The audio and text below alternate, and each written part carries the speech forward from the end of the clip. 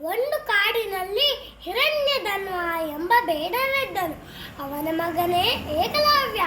ಏಕಲವ್ಯನಿಗೆ ದ್ರೋಣಾಚಾರ್ಯರಿಂದ bill ವಿದ್ಯೆಯನ್ನು ಕಲಿಯಬೇಕೆಂಬ ಆಸೆ ಹುಟ್ಟಿತು.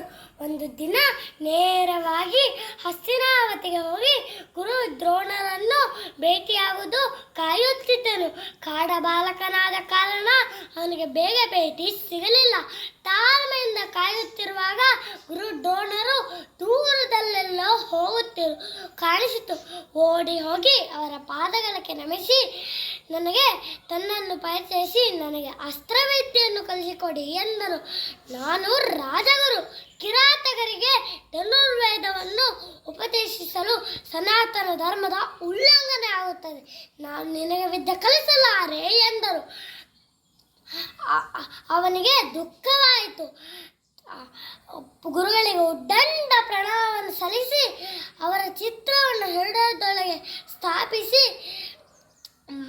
ಮನೆಗೆ ಹೋದನು. ಅವನಿಗೆ ಮನೆಗೆ ಹೋದ ಕೂಡಲೇ ಆಹಾರ ಸೇರಲಿಲ್ಲ, ನಿದ್ದೆ ಬರಲಿಲ್ಲ. ನಾನೊಬ್ಬ ಮಹಾನ್ ಬಿಲ್ಲುಗಾರನಾಗಬೇಕೆಂಬ ಅದಮ್ಯ ಆಸೆಯಿಂದ ಚಡಪಡಿಸಿದನು. ವಿದ್ಯೆಯನ್ನು ಕಲಿಯಬೇಕೆಂಬ ಹಂಬಲದಲ್ಲಿ ಗುರುಗಳ ಮೂರ್ತಿಯನ್ನು ತಯಾರಿಸಿ ಸ್ವತಃ ಗುರುಗಳೇ ಎಂದು ನೋಡುತ್ತಿದ್ದು ಸ್ವತಃ ಅಭ್ಯಾಸಕ್ಕೆ ತೊಡಗಿದನು.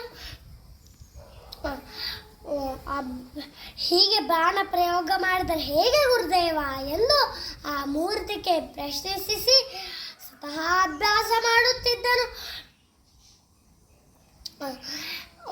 ಒಂದು ದಿನ ದ್ರೋಣಾಚಾರ್ಯರು ಬೇಟೆಯಾಡುತ್ತಾ ಬಂದವು.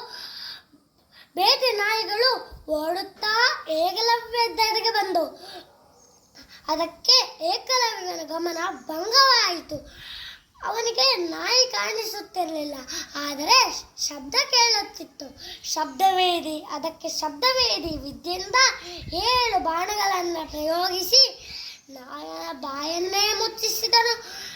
ಇಂಥ ಕೌಶಲ ತಾಳಿದವನು ಯಾರು ಎಂದು ರಾಜಕುಮಾರರು ಪ್ರಶ್ನಿಸಿ ನೋಡಿದರೆ ಬೇಡರ ಬಾಲಕ. ನಾನು ದ್ರೋಣರ ಶಿಷ್ಯ ಏಕಲವ್ಯ ಎಂದು ಪರಿಚಯಿಸಿಕೊಂಡರು. ರಾಜಕುಮಾರರಿಗೂ ಆಶ್ಚರ್ಯವಾಯಿತು. ಓಡಿ ಹೋಗಿ ಗುರು ಸನ್ನಿಧಿಯಲ್ಲಿ ಆಗಿದ ವಿಷಯನ್ನು ತಿಳಿಸಿದರು. ದ್ರೋಣಾಚಾರ್ಯರಿಗೂ ಆಶ್ಚರ್ಯವಾಯಿತು. ದ್ರೋಣರ ಪಟ್ಟ ಶಿಷ್ಯನಾದ ಅರ್ಜುನನಿಗೆ ತನ್ನವಲ್ಲದೆ ಬೇರೊಬ್ಬನಿಗೆ ಶಬ್ದವೇದಿ ವಿದ್ಯೆಯನ್ನು ಕಲಿಸಿದ್ದಕ್ಕಾಗಿ ದ್ರೋಣರನ್ನು ಆಕ್ಷೇಪಿಸಿದನು. ಅರ್ಜುನ ಮಾತಿಗೂ ಒಡಂಬಟ್ಟ ದ್ರೋಣರು ಶಿಷ್ಯರ ಸಮೇತ ಏಕಲವ್ಯದೆಡೆಗೆ ಬಂದರು.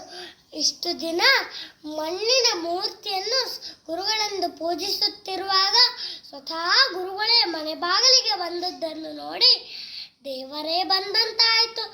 ಭಕ್ತಿಯಿಂದ ಅವರ ಪಾದ ಪೂಜೆ ಮಾಡಿ ತಾನು ಕಲಿತ ವಿದ್ಯೆಯನ್ನು ತೋರಿಸಿಕೊಟ್ಟನು. ದ್ರೋಣಾಚಾರ್ಯರಿಗೂ ಆಶ್ಚರ್ಯವಾಯಿತು. ಆದರೆ ರಾಜಕುಮಾರರಿಗೆ ಮಾತ್ರ ವಿದ್ಯೆಯನ್ನು ಧಾರೆಯಿವೆ ಎಂಬ ಮಾತಿಗೆ ಭಂಗ ಬರಬಾರದಲ್ಲವೇ? ನೀನು ತನ್ನ ಆಶೀರ್ವಾದದಿಂದ ವಿದ್ಯೆ ಕಲಿತ ಸಂಕೇತವಾಗಿ ಗುರುದಕ್ಷಿಣೆ ಕೊಡು ಎಂದರು. ಏನು ಗುರುದಕ್ಷಿಣೆ ಕೊಡಲಿ ಗುರುದೇವ ಎಂದನು. ನಿನ್ನ ಬಲಕೈಯ ಹೆಬ್ಬೆರಳನ್ನು ಕೊಡು ಎಂದರು. ಕೂಡಲೇ ತನ್ನ ಬಲಕೈಯ ಹೆಬ್ಬೆರಳನ್ನು ಕತ್ತರಿಸಿ ಗುರು ಸನ್ನಿಧಿಯಲ್ಲಿ ಅರ್ಪಿಸಿದನು. ಹೆಬ್ಬೆರಳಿಲ್ಲದೆ ಬಾಣ ಪ್ರಯೋಗ ಮಾಡಿದಾದರೂ ಹೇಗೆ? ತಾನು ಕಲಿತ ವಿದ್ಯೆಯನ್ನು ಕಳೆಯಬೇಕಾಯಿತು. ಅರ್ಜುನನಿಗೆ ಸಮಾಧಾನವಾಯಿತು. ಏಕಲವ್ಯನ ಗುರುಭಕ್ತಿಗೆ ಸಾಟಿ ಉಂಟೆ? ಧನ್ಯವಾದಗಳು.